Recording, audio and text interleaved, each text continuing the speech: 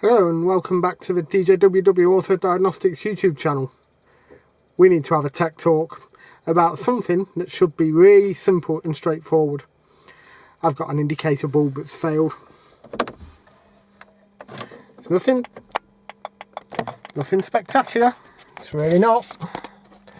Let me show you.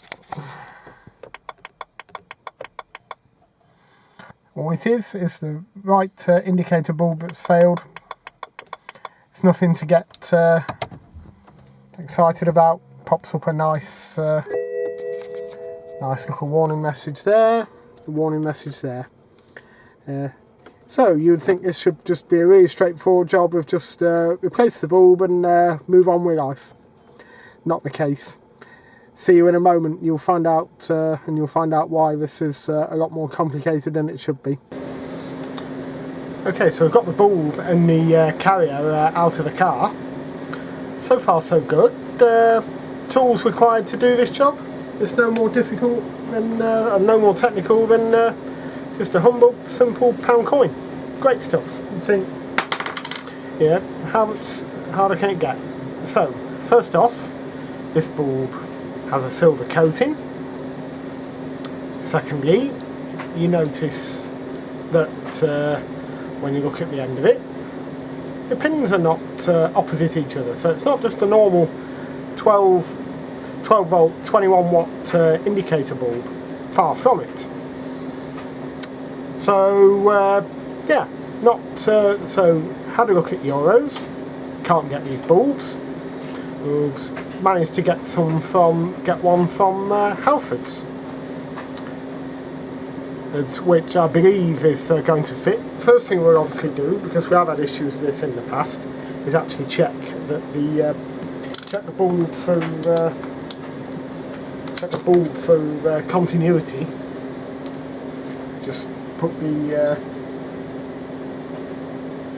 meter across it, just test the leads, and we can see it's open circuit. So that bulb's scrapped. But like I say, this is never just a simple case. So, and these bulbs retail, well, if you go to the BMW dealer for these bulbs, they'll charge you anywhere between £10 and £15 each for them. I've just got one from Halfords, which I'll just grab.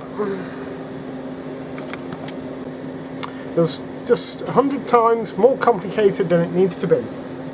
Now we've got a replacement bulb from Halfords here. It's a what's it down as? It's down as a 581S PY21W. I could just about see through the packaging that it's just looks like we failed the opening test here. We may have to resort to the Stanley knife to be able to effective breaking into this package. Just try and keep your fingers off of the surface. Let's just quickly test that bulb. Looks like we're in business. And the pins, when you look at the pins on this bulb, it is, roughly speaking, it's about 12 o'clock and 5 o'clock is where they're at. I'll give this a quick spray with some contact cleaner, because we have had issues in the past with this, and having a poor contact in the past, which is what I thought we were heading for this time, but seems we weren't. Seems this time the bulb has actually failed.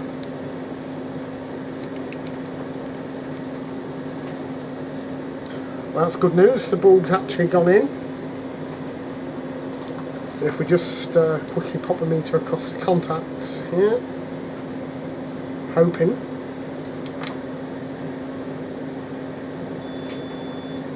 that we should be all good. Right, I'll get this reinstalled in the car and then we'll test.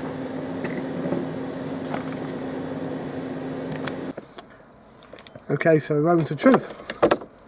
Let's see if we've fixed it.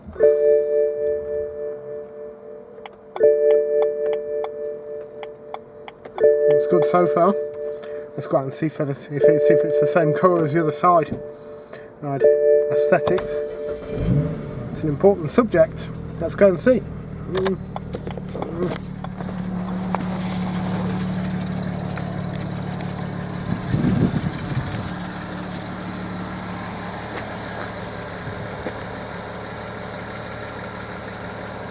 Looks pretty good to me, folks.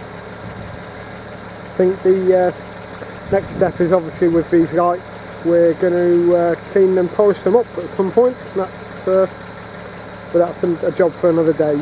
So there's a screen to follow with all the technical details of the bulb and what you need to look for when you're purchasing, etc. There's just one last thing to do. We just need to clear the associated fault code. We'll go and do that now.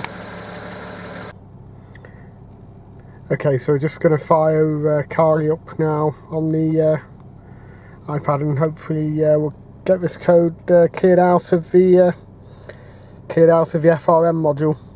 To be honest, I wasn't happy running it for very long like that, as obviously there's the obvious safety implications with not indicating right, or being able to indicate right correctly.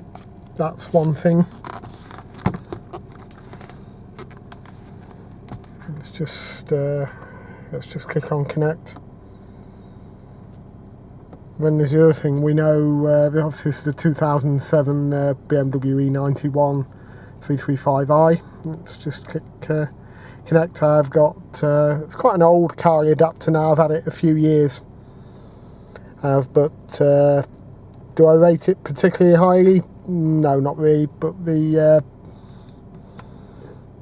if I bought, no doubt, if I bought a new adapter and such, it would probably work a lot better. The fault codes and that on this particular model are not very helpful sometimes.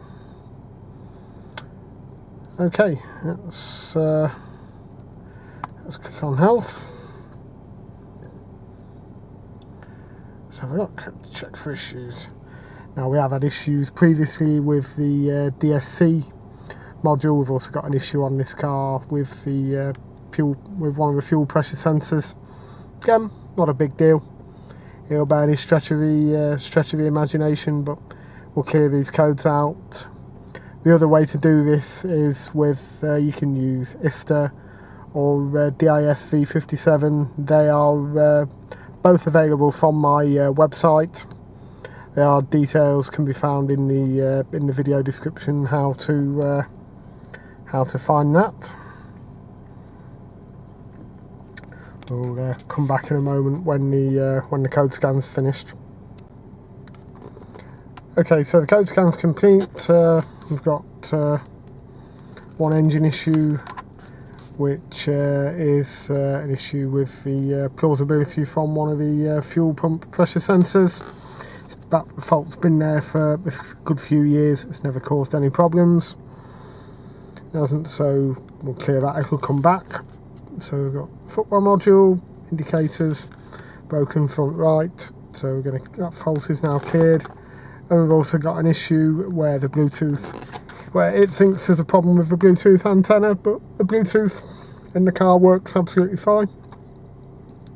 And so there's no problems at all there. So we're just going to click on clear all issues. We could probably moan, whinge, complain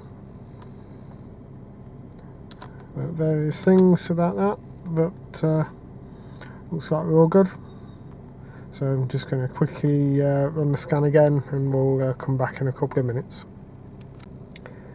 Okay, so code scan completed, and we're all good. 0 issues found. So yeah, I think it's time to wrap this one up. Okay, so all sorted. What really should be a very simple issue to fix. Takeaways from this: bulb, dead easy to get out and to remove and such. Don't need anything more than a pound coin. Like I say, the pins not being opposite each other, that's very helpful. Thank you very much.